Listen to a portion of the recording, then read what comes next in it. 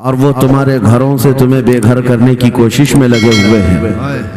ایک بات یاد رکھو، میں آج کے اس منبر سے انہیں پیغام دے کر کے جاتا ہوں، تم کیا تمہارے باپ داداؤں نے بھی اکھاڑنے کی کوششیں کی ہیں، اور صرف یہ ایک خطہ نہیں ہے، ایک خطہ نہیں ہے، ان کیڑوں کی تو کوئی حیثیت نہیں، ان کا باپ اسرائیل مل کر غزہ کو کچھ نہیں کر سکا۔ قتل کرنے کا مطلب فنا کرنا نہیں ہوتا۔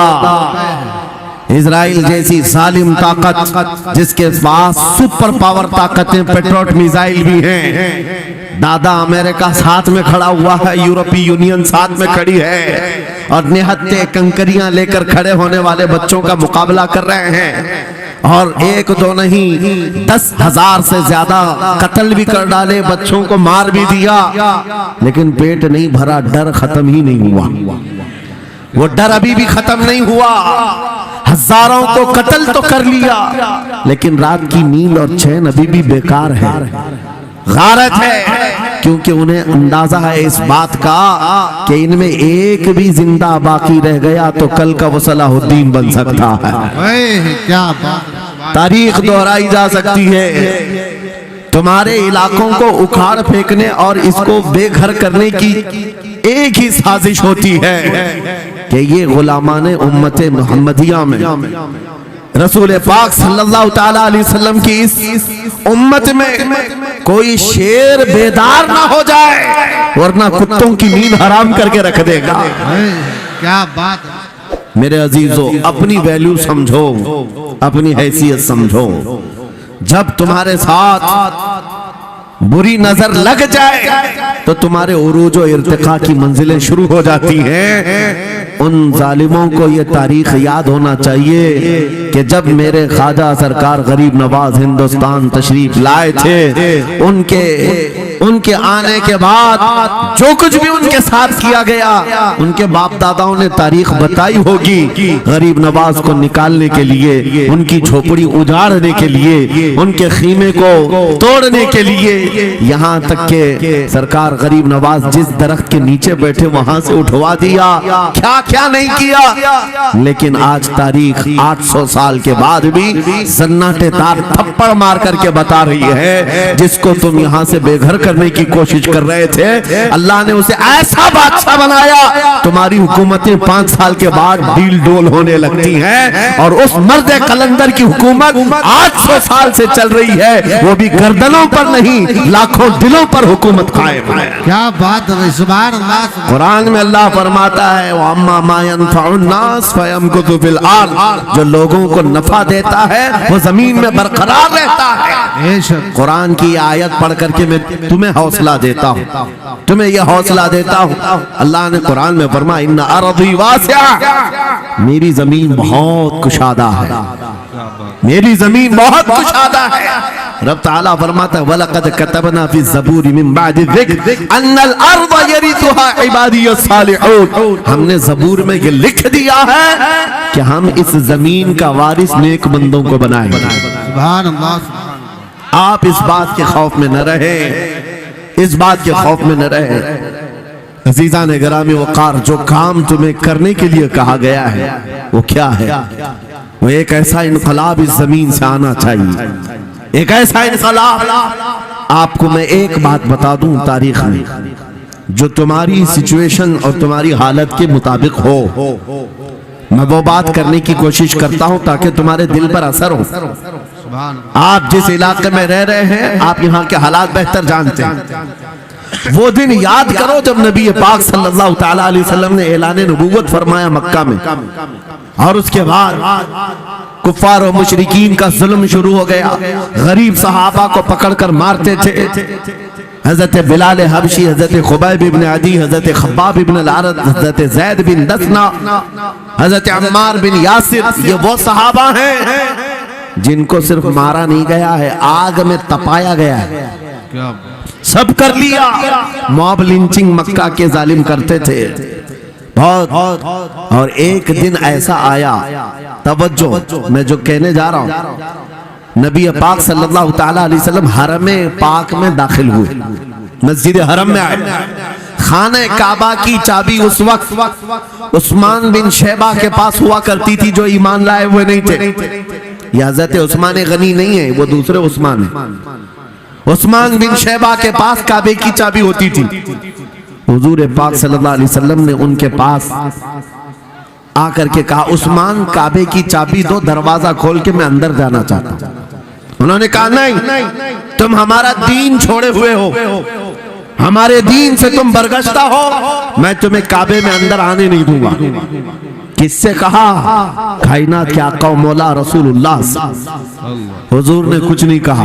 توجہ، میرے آقا نے فرمایا عثمان یاد رکھنا ایک دن یہ چابی میرے پاس ہوگی اور یہ چابی میں جس کو چاہوں گا دوں گا اور قیامت تک اس سے کوئی چابی چھین نہیں سکے گا. سبحان اللہ سبحان اللہ. اتنی بڑی بات، جبکہ مکہ کے حالات بہت الگ تھے.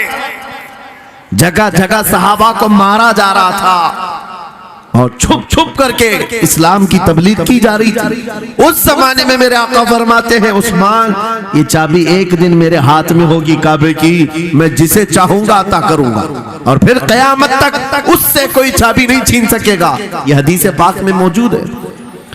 عثمان بن شیبہ کہتے ہیں پہلے تو مجھے ہنسی آئی کیونکہ یہ خانہ کعبہ کی چابی کی ذمہ داری عام نہیں ہوتی، خاندانی ہے، برسوں سے چلی ہوئی وراثت کے ساتھ آتی ہے.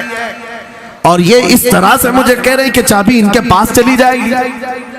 اور پھر عثمان بن شیبہ کہتے ہیں ان کے حالات دیکھ کر کے تو لگ نہیں رہا تھا کہ چابی جائے گی، لیکن جلال جس انداز میں گفتگو ہو رہی تھی یہ دیکھ کر ڈر بھی لگ رہا تھا کہ کہیں یہ سچ مچ چابی لے تو نہیں لیں گے. پھر عثمان بن شیبہ کہتے ہیں وہ حالات بھی آ گئے کہ جب رسول اللہ ہجرت کر کے چلے گئے مکہ سے، صحابہ بھی گھر بار چھوڑ کر چلے گئے. عثمان بن شیبہ کہتے ہیں اب تو دل میرا چوڑا ہو گیا، کہاں مجھ سے چابی لینے کی بات کر رہے تھے، کہاں ان کا گھر بھی نہیں بچا، گھر بھی چھوڑ کر جانا پڑا. اگر کل تمہارا گھر چھوڑ کر جانا پڑے تو میری یہ بات یاد رکھنا، اس حدیث کو یاد رکھنا. حضور پاک ہجرت کر کے چلے گئے، صحابہ بھی اپنے گھر بار سب چھوڑ کر مدینے چلے گئے. عثمان بن شیبہ کہتے ہیں اب تو میرا سینہ چوڑا تھا، کہاں یہ چابی کی بات کرتے تھے، کہاں اپنا گھر بھی نہیں رکھ سکے. سال گزر گیا، 2 سال گزر گئے، 3 سال گزر گئے، 4 سال گزر گئے، 5 سال گزر گئے، 6 سال گزر گئے. ہجرت کے بعد پھر وہ دن آ گیا جب نبی پاک صلی اللہ علیہ وسلم 10,000 صحابہ کے ساتھ 20 رمضان المبارکہ کو مکہ میں فاتح مکہ بن کر داخل ہو رہے ہیں. سبحان اللہ سبحان اللہ. 6 سال کے بعد واپس ہی ہے. جب حضور تشریف لائے مکہ کی گلیوں میں اب مقابلہ کرنے کی کسی کی ہمت نہیں تھی، طاقت نہیں تھی. حضور پاک جیسی حرم مکہ میں داخل ہوتے ہیں سارے ادھر ادھر چھپ کر کے بھاگ رہے تھے جنہوں نے ظلم کیا تھا اپنے دور میں. کوئی اس کے گھر بھاگ رہا ہے، کوئی اس کے گھر بھاگ رہا ہے. وہ دن آئے گا، یاد رکھو، وہ دن یاد رکھنا.